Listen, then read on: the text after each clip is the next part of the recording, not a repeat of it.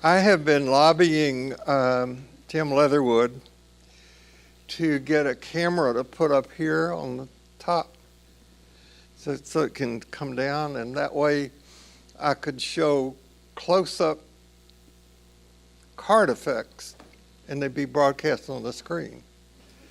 Wouldn't that be a good idea? And then we could get a camera back on the stage to take a picture out here, so that all of those people who were scared off because of the rain would feel guilty. To be a guilt-inducing time. It's going to turn beautiful this afternoon. It is. Those of you who missed happy hour last night missed a spirited conversation about the opening of the Olympics and Celine Dion. Did you see that? Oh, wow.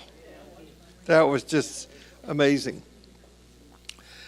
I would like to say, for those of you who are watching online, that if it were not for the people who are back there doing the work, we wouldn't be able to do this. And we have a new team member, Corbin Waters, who's back here. Wave to Corbin. I mean, really, these they do a wonderful job of taking care of everything, and so thank you. So, would you make sure, if you have one, that your cell phone is off, and if you don't, if you will see our mission committee, maybe we'll have enough money to get you one. I don't know, I made that up. So no matter who you are, where you are in your spiritual journey, you are celebrated here. So let's begin in silence.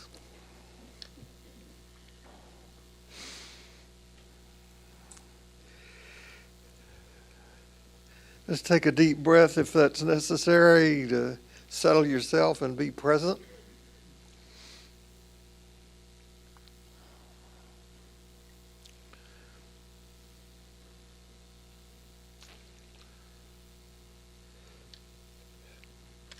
And may grace be in our heads and in our thinking.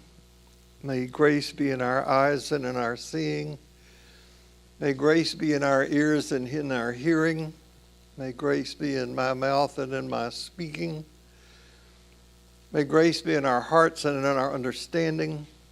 And may grace be at our ends and at our departing. We have people who are working behind the scenes to do the work necessary for Dr. Jackie Lewis to be here on the 22nd. We're still working on details. She will be preaching Sunday morning. She and I will be dialoguing in class. She will be preaching at 11, and then we'll have a break, and she will be back that afternoon to do a session in here. I can't tell you a lot about this book because I just bought it 2 days ago. But this is one of the books that she has written. If you go online or go to Amazon, you can see the other books she's written. She's written children's books and books in collaboration with other people.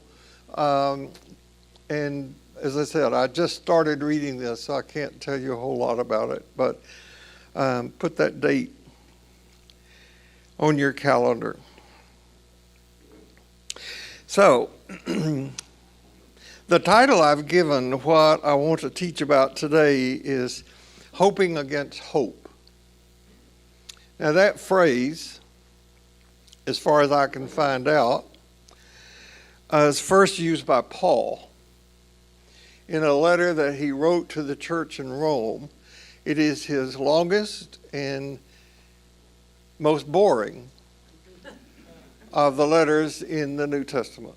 I mean, it's full of a lot of stuff that people have interpreted in a variety of ways, but it's a long letter. Paul wrote this letter, say the scholars, around year 53.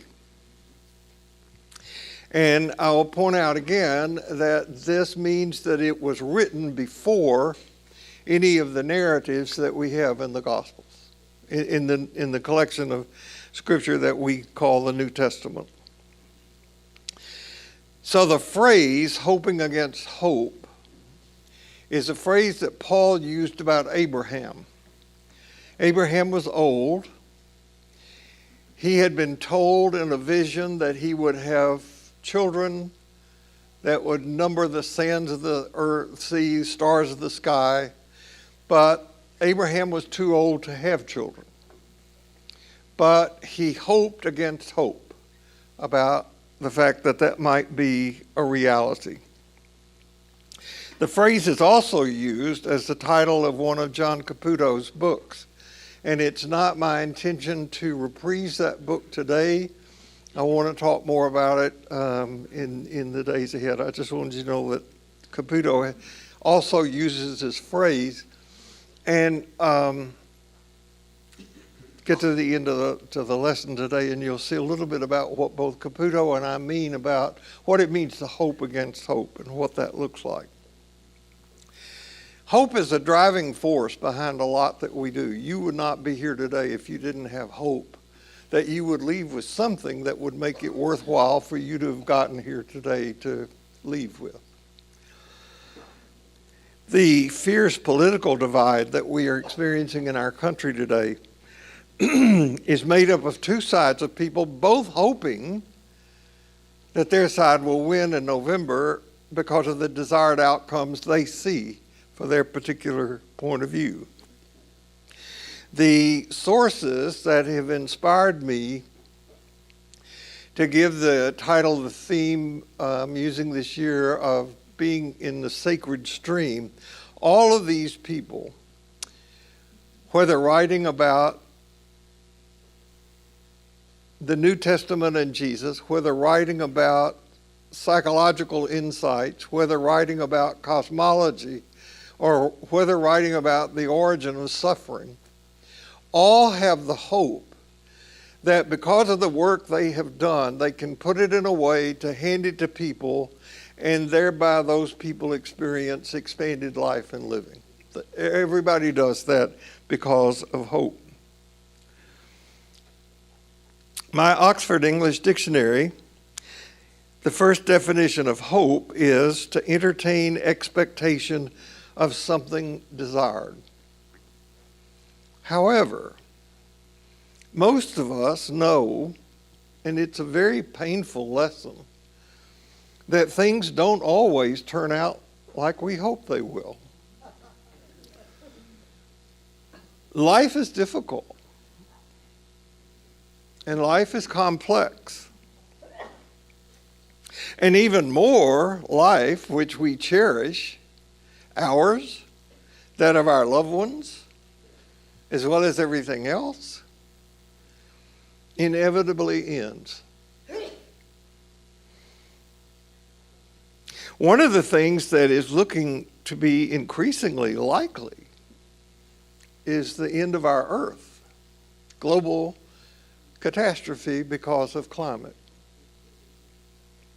Last Sunday was the hottest day on record ever recorded by people who record this stuff on the planet everywhere, ever. And it's going up.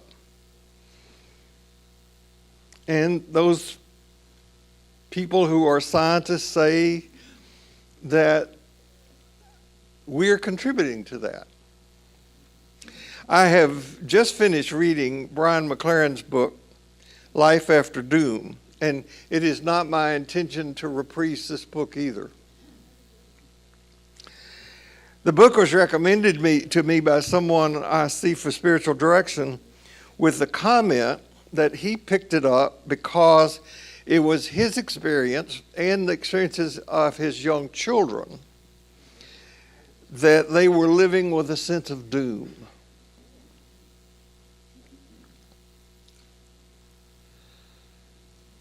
The basic meaning of the word doom is inevitable downfall. And what it means is that the full effects of the downfall are not here yet, but we sense that they are coming. We live with a sense of doom. Trey Burns' sermon today was about word origins, and I really am fascinated by word origins. The word doom has a very interesting origin to me. Maybe you know it. It comes from kingdom. The last part of the word kingdom, the king ruled a kingdom, and there was a book of rules called the Dombec, D-O-M-B-E-C, or Doom Book.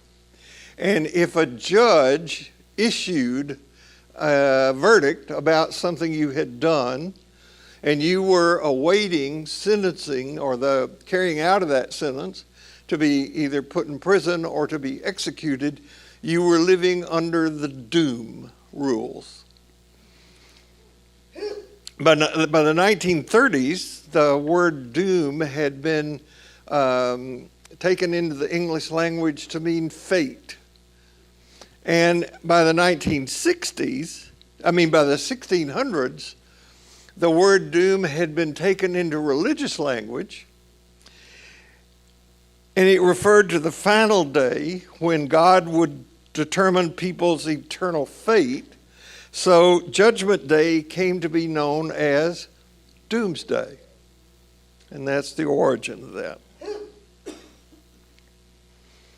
So when it comes to doom, there are a lot of highly respected voices who are saying that the earth, the geosphere, the biosphere have become the judge and jury of us, and that they are issuing a judgment upon the earth for the crimes that are being committed against the earth. As McLaren states at one point in his book, our clever, successful, convenient civilization, which we thought was Noah's Ark carrying us to safety, turns out to be the flood. Jesus taught about the law of karma. He said, you reap what you sow. And in one of his most powerful parables, he tells the story of a man who experienced rapid economic growth, like we have, and then the problems associated with rapid economic growth. It's a short story, so I'll read it to you. The land of a rich man produced abundantly, and he thought to himself, what shall I do, for I have no place to store my crops? Then he said, I will do this. I will pull down my barns and build larger ones, and there I will store all my grain and my goods, and I will say to my soul, soul, you have ample good laid up for many years. Relax, eat, drink, and be merry. Like many of our political leaders, this guy is a narcissist. I have just highlighted the first person pronoun words in the story. He talks to himself about himself. I don't know if you saw one of the announcement slides I had up today, which has said, it's okay to talk to yourself, it's okay to talk back to yourself, but to have to remind yourself what you said, that's not a good sign. So this guy lost sight of the fact that we are all just burning candles, slowly burning down to nothing. One of my spiritual directors said that senility and enlightenment are in a race for the finish line for all of us. Have a nice day. Senility, by the way, comes from a Latin word meaning, the Latin word is senex, which is the root word for wisdom. It's also the word that we get the word senate from, which explains a lot right there. So one of my goals as a spiritual teacher is to contribute to religious literacy, and it is one of my beliefs that one of the reasons we're in the mess we're in with the rise of Christian nationalism in this country, and the reason that people can do unspeakably horrible things, like participate in the January 6th insurrection, carrying Bibles, huge crosses, and the Christian flag, is a reflection of the fact that they don't have a clue what the Bible is about, what the cross stands for, and the origin of the flag. And I blame organized Christianity in both its conservative and progressive forms for failing to teach good religious literacy. I don't know why. Well, I got some ideas about why it happened.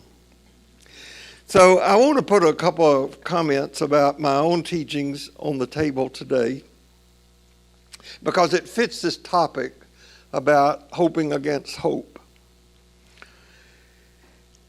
One of my very first clinical supervisors, when I came to Houston and started doing clinical work, a psychiatrist in a hospital, said that doing clinical psychological work was like helping somebody come home at the end of the day, take all the stuff, he was talking about men, taking all the stuff out of their pockets and putting them on the dresser or the bureau, or a woman coming home and emptying all the contents of her purse out. And now I don't think men carry a lot of stuff in their pockets anymore. I don't know about what women carry in their purses. I did happen to read Sherry's journal one time and found out she doesn't trust me, but and then after a good night's sleep, by which he was metaphorically saying after a period of rest, reflection, and renewal, you can decide what of that stuff you want to pick up and continue to carry with you on life's journey. It's a great metaphor. So one of the things I'm taking out and putting on the table is a comment that I've gotten from people who say what you're teaching is hard. And what the person meant is not that it was hard to understand, but that it was hard to hear. And I admit that that's true, because what I'm talking about, particularly today, is letting go. And letting go is hard. So I want to speak about two aspects of this today, and then hopefully, there's that word, continue next Sunday. But you never know. First, and this is the most denied, avoided topic besides politics to bring up in a religious setting, and that is the matter of simply letting go. Letting go of long-held beliefs, even though they are no longer serviceable, is a hard thing to do. It is nothing that is on anybody's agenda for happiness. So I mentioned last week and earlier today that the writings that compose the Christian collection of Scripture known as the New Testament were not written in the order in which they appear in the New Testament. Some guy named Matthew didn't think, I have to write a story about Jesus and write it and get it published. And then another guy named Mark said, well, I got a different take on that. I'll write one. And then Luke said, well, I got even a better perspective. And then there was John came along and wrote another one. And then Luke comes back and says, no, you don't have it, all of it. So he wrote Acts. It didn't happen that way. There was a Jew. His name was Saul. And he had a mystical experience that totally transformed him. It transformed him so much that he changed his name from Saul to Paul.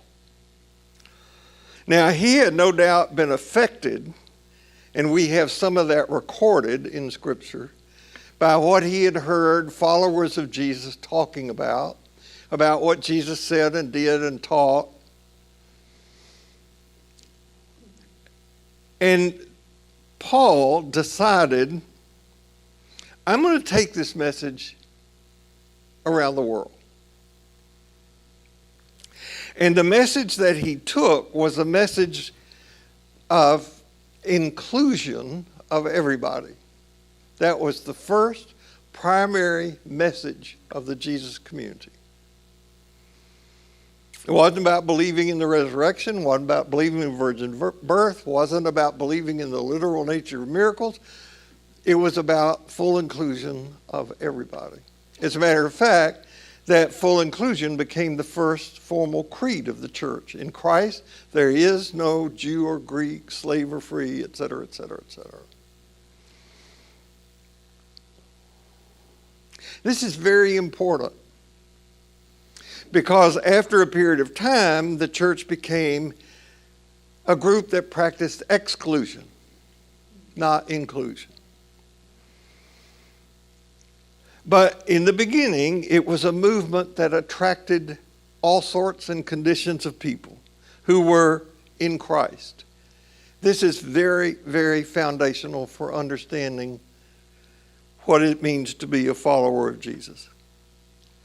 Now, it didn't stay that way.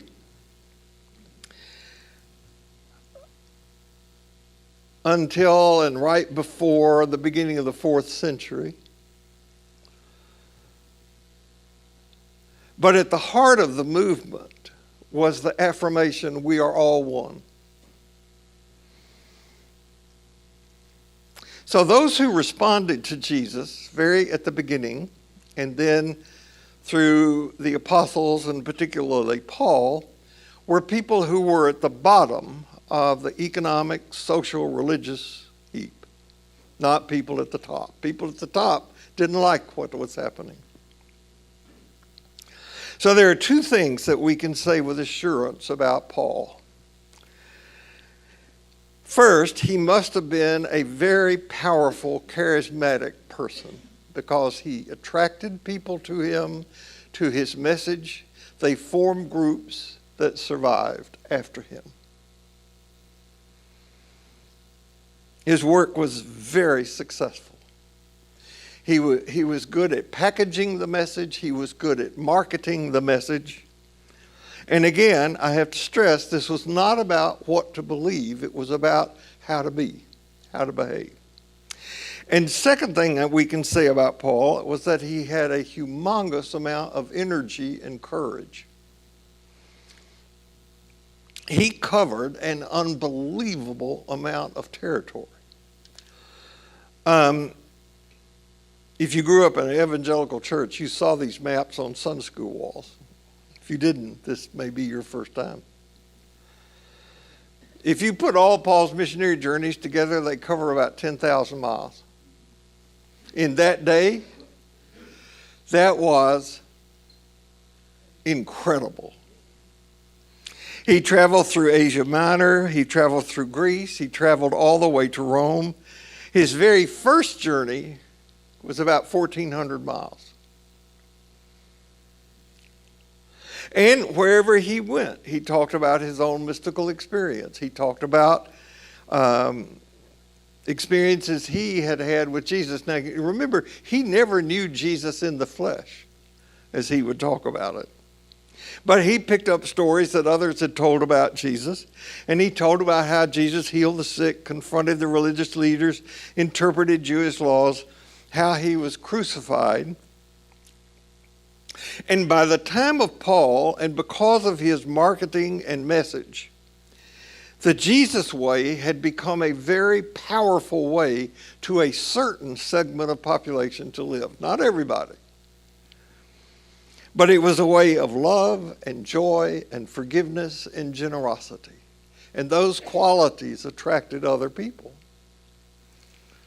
So based on an earlier Jewish understanding of God's justice, there had come in Jewish theology a belief in what was called general resurrection.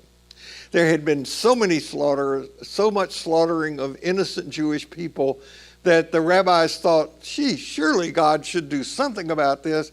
I know at some point God will raise these people who didn't have a life back into life so that they can have a life to live. That was resurrection. Not to some afterlife up there, but to life right here and right now. And people who embrace those values experience that, in fact, this life was more powerful than death. It didn't keep them alive. You'll hear that in a minute. Now, our culture is very, very different from that culture. When I was a child, I was taught, and this is still communicated by churches, that what it meant to be Christian was going to church. It was the socially accepted thing to do. And if you grew up in a quite religious house, as I did, you went to church Sunday morning and Sunday evening. And if you were really among the committed, you went Wednesday night to a thing we called either prayer meeting or Bible study. So if pressed about what it meant to be a Christian, you were taught to say, I believe that Jesus died for my sins. That you did on Sunday. Then on Monday, it was back to business as usual. Now, for the early followers of Jesus, to be Christian meant putting your life on the line. It meant social shunning. It meant persecution. And it meant death. Now, for the most part, being Christian for people is something that's comfortable. It's easy. If it gets difficult or uncomfortable, people either quit attending services or they find another place where that's less offensive. For Paul, as well as for Jesus, following the way of Jesus was a way of life that gave birth to a faith that created a transforming process that transformed everything you thought and did. Now, these groups that Paul formed were called churches, not like we think of church. The literal meaning of the word church means to be called out from. You remember last Sunday we talked about the system? Paul was calling people out of the system into another mindset, the mind of Christ. So these people who were in these groups were the called out ones, ecclesia, called out from. For us, church is a building. So if somebody asks you if you're religious, you say, yeah, I go to St. Paul's, or I go to St. Anne's, or someplace else. Or people are more likely to say, if they're asked if you're religious, why they don't go to a religious service. So these groups that Paul called out from their regular way of living and gathering into something absolutely new began to flourish and thrive where Paul planted them. Now there's debate among scholars as to why that happened. And in a couple of letters that Paul writes in the New Testament, it's clear that some of them came for the food and drink because they got too much. And Paul had to call them on that. But that means that these groups are made up of people very much like us. Right? And they got into squabbles about all sorts of things, about the social rules of their time. And so Paul would have to sit down somewhere. He'd get word of this. He'd sit down somewhere, and usually in prison, and he would write a letter back to be sent back to these people to tell them to shape up. And some of these letters, after a long history of being copied and amended and recopied, were eventually, some of them, not all of them, put in a collection that's called the New Testament.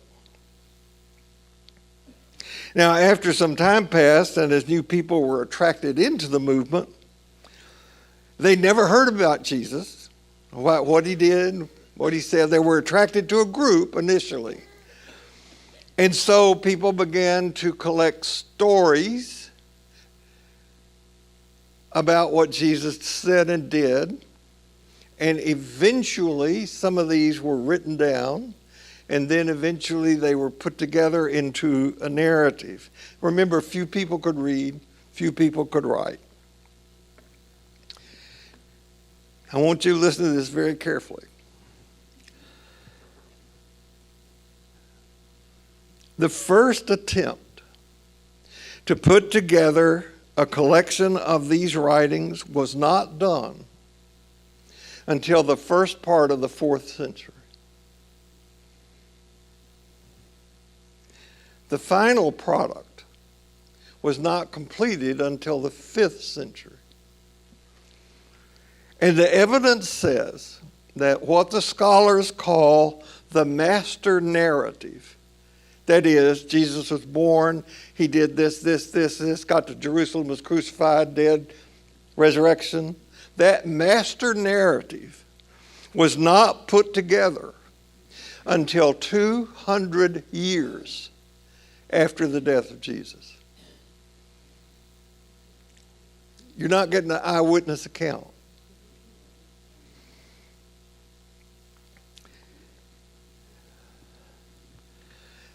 This is even more important. That narrative was shaped, it was molded to fit beliefs and practices that were already in place in the formalized, organized religious groups of the time. You understand that? It was not that what was there shaped this, but shaped mostly by the Roman government. Because the first church council was not called by a church person. It was called by the emperor. They wrote the narrative to fit their circumstance rather than allowing what happened to create their circumstance. I'm not saying that's bad. I'm just saying that's what happened. Now, I can't help but wonder how different our religious landscape would be if this kind of information had been taught, both conservative side and progressive side, to everybody about how the Bible came to be, how the story was shaped, how that would benefit people and avoid the pitfall that we now call Christian nationalism.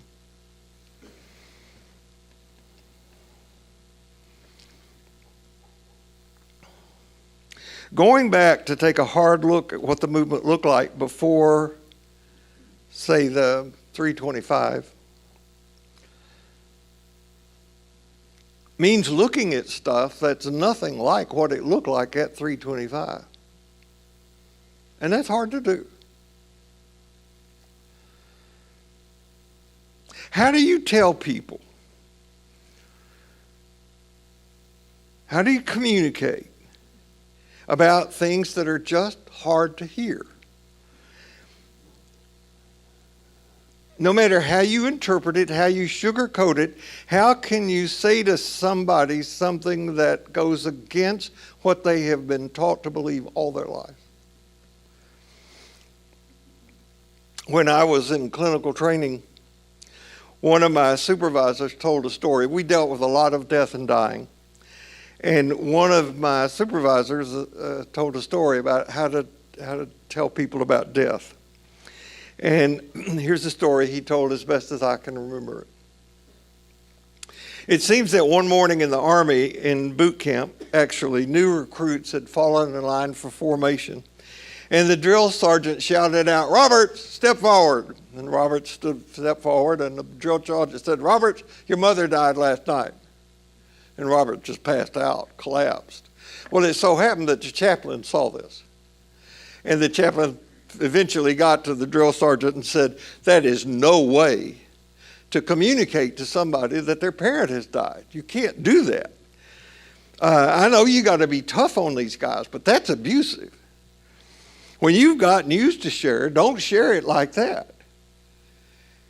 The drill sergeant said, "Well, how should I do it?" And the chaplain thought for a while and realized that this old salty drill sergeant had a cat. And he had given the cat the very unoriginal name Fluffy. So the chaplain said, well, Sergeant, let's suppose that one day Fluffy is out and gets hit by a car. You don't want me just to rush in your office and say, Fluffy got hit by a car. That's too shocking. I'd break it to you gently. I'd come in and I'd say, hey, Sarge, your Fluffy's on top of the roof. The fire department's been called and they're going to try to get her down. And then later I might come back and say, Sarge, I got bad news. While they were trying to get Fluffy down from the roof, she fell. She's badly damaged. She's in the vet hospital. We're hoping for the best. And then maybe later I would come back and I'd say, Sarge, I'm so sorry, but Fluffy didn't make it. You see, that way you would have some time to get used to the idea that Fluffy was not here anymore. Sarge said, got it. So a few days later, the mother of another one of the men had died. And that morning at formation, the old rough sergeant shouted out, Smith, step forward. And Smith stepped forward and the sergeant said, Smith, your mother's on the roof.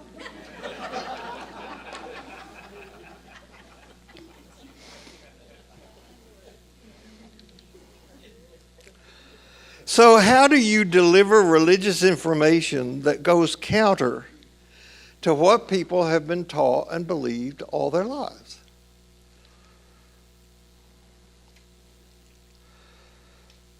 For one thing, telling most people who call themselves Christian that it was never part of the early Christian Jesus movement. It was not something that Jesus taught, not something Paul taught, not something in the New Testament, that Jesus died for their sins, is hard for people to hear. That crappy doctrine did not get shaped until the 11th century.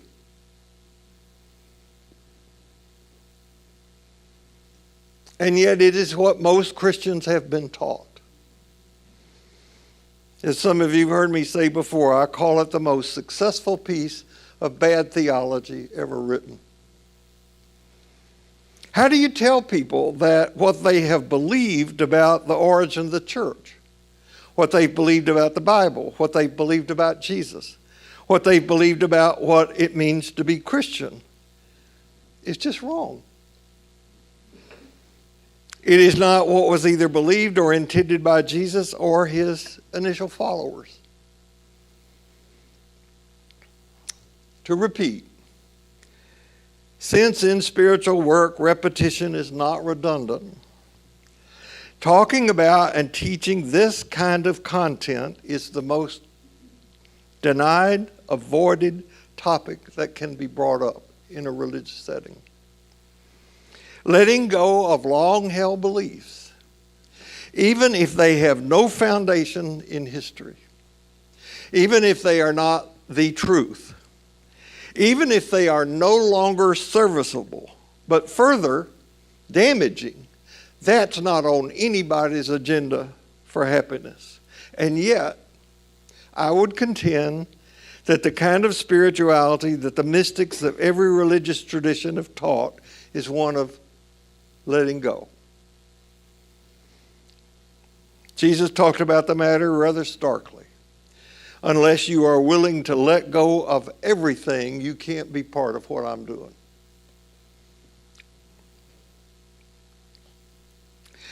Well, surely he didn't mean that.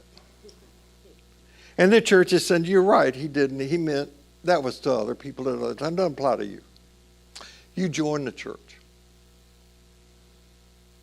Because we were more interested in getting people to join the church than being truthful about the message. You may have heard the story about the man who was out in the jungle looking for food for his family, and he hears something, and he looks up and he sees a Bengal tiger about to pounce on him, and so he starts running. Regardless of being hit in the face and legs by brambles and thorns, he is running for his life. And when he hits a clearing and thinks he turns about to look and see where the Bengal tiger is, and not looking, he runs right off the edge of a cliff. Now, that is spiritual awakening. That's what real spiritual awakening looks like. So on the way down, it so happens that the guy's fall is broken by a root sticking out of the cliffside, and he grabs it, and he looks down and he sees sure death below him, sure death above him, and he cries out, "Help, somebody save me." And he hears this voice saying, "Let go, son, I'll catch you." And he looks around and he can't see anything. And so he cries out again, "Somebody save me." And again the voice comes back and says, "Just let go, son, I'll catch you." Is there anybody else up there?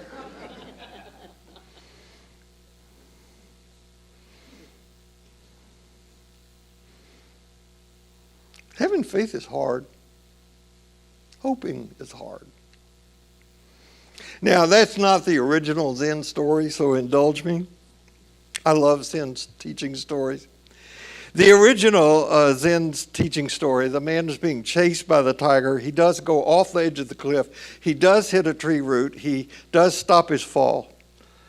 But as he is looking above and below, he looks aside and he sees a wild strawberry growing on a nearby vine, and he reaches out with one free arm and plucks the strawberry and relishes it. And the story is told to illustrate the importance of, even in the face of certain death, just to be present and relish. As you likely have heard me say on more than one occasion, one of my favorite people, one of the people I think is a true Christian mystic in our time, is Jim Finley. Jim was born into an incredibly abusive alcoholic family. His father was a raging alcoholic who abused Jim's mother, and his sister. His mother, being a devout Roman Catholic, didn't feel free to divorce the father, so endured the marriage. At 17, Jim ran away from home, and long story that I can go into, he ended up at the monastery in Kentucky where Thomas Merton became his spiritual advisor. And he was his spiritual advisor for years. And Finley eventually left the monastery and began doing retreats. And one man attended a retreat and became a patron of Jim's and said, "If you will write a book about your experiences with Thomas Merton, I'll pay your way through college." And that's the way that Jim got to be a clinical psychologist. And the book that he wrote is a book called Merton's Palace of Nowhere. I tried to figure this out, and I couldn't do all of it, but I think that he and I were both probably in training at about the same period of time when in psychology what was all the rage was behavioral psychology. And behavioral psychologists were people who, I'm not one, was not trained as one, but they're people who do a lot of testing about all sorts of things. You've probably seen this stress test that if you have a number of these items occur in your life, you're headed for an illness of some kind. That stress test was developed by behavioral psychologists to see who was okay to send out on submarine duty. Because if a man, they weren't doing women at the time, had enough of these stressors, didn't matter how good a sailor he was, he wouldn't be sent. Well, they were doing the same kind of test on paratroopers. And they wanted, what they did was that they put these devices, sensors on people to measure blood pressure, heart rate, galvanic skin response, that's how much you sweat, all that sort of stuff, and put it on paratroopers so that they could see if there was a correlation between anxiety and who should become a paratrooper. And what they found out was that for first-time jumpers, when they got in the plane, their anxiety went up. And when the announcement was made that they were approaching the jump site, the anxiety got a little higher. And when the door opened to the plane, it went even higher. And just before the jump, it was at anxiety attack level, panic attack level. For the old-time jumpers, those who jumped over and over, the command to get in a plane, no anxiety. Approaching a jump site, no anxiety. Opening the door to the plane, no anxiety. As they stood just before jumping, no anxiety. But just before they hit the ground, anxiety. Because the old-time jumpers knew that it wasn't the jumping out of the plane that was dangerous. It's the damn ground. You know the saying, if at first you don't succeed, try again? Not if you're a paratrooper.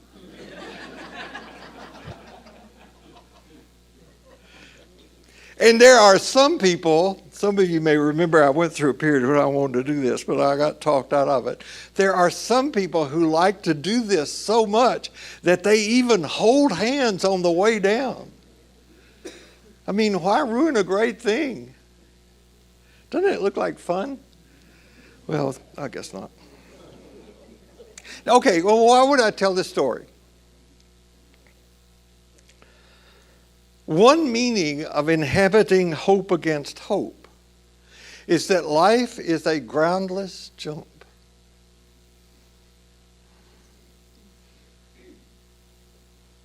And if life is a groundless jump, then fear can be groundless. Now, I know there are some of you who are saying, well, how do you discover that life is a groundless jump? And here's the paradox. By hitting the ground. You think I'm making that up? In AA, it's called hitting bottom. And every single person who has done it will tell you it saved their life.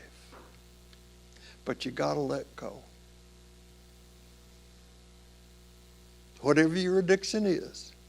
Maybe it's to a belief about Jesus or about the Bible or about the church or about whatever, but let go.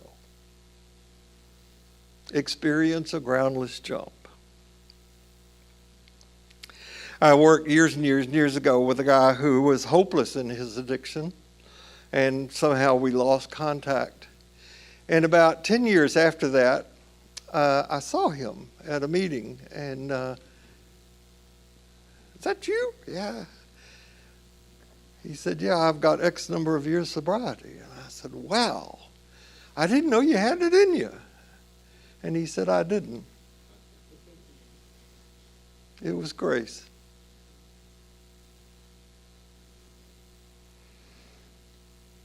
It's a gift we never know that we have until we let go. Jesus let go. My God, why have you forsaken me? And into your hands I commit myself. It's the hardest thing we ever do, and we'll probably still be doing it on our deathbed. Because the ego, addictive, hungry ghost parts of us are always conniving to figure out a way to hang on, to be in control, to be certain, to be right. They never work. No addiction ever works, not even the addiction to beliefs. Now, I hope you don't take this as bragging.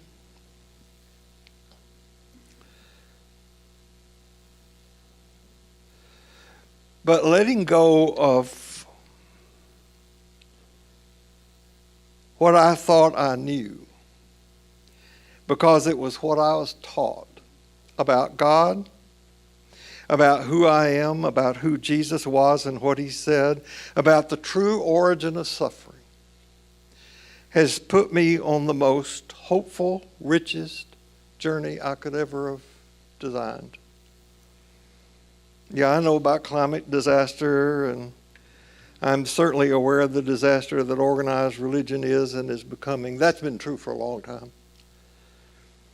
Yet the core principles and truths of that religion, the religion in religion, are still hopeful. But as that guy on TV says, there is more. We are in this free fall together. Might as well hold hands and enjoy it.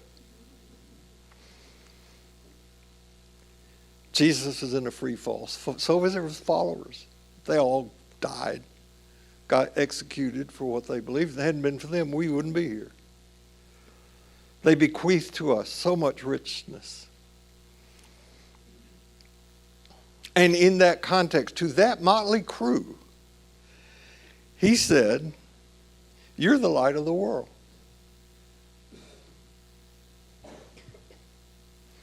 And then he said, don't hide that under a bushel. You go out there and let people see it. And doing that is having hope against hope.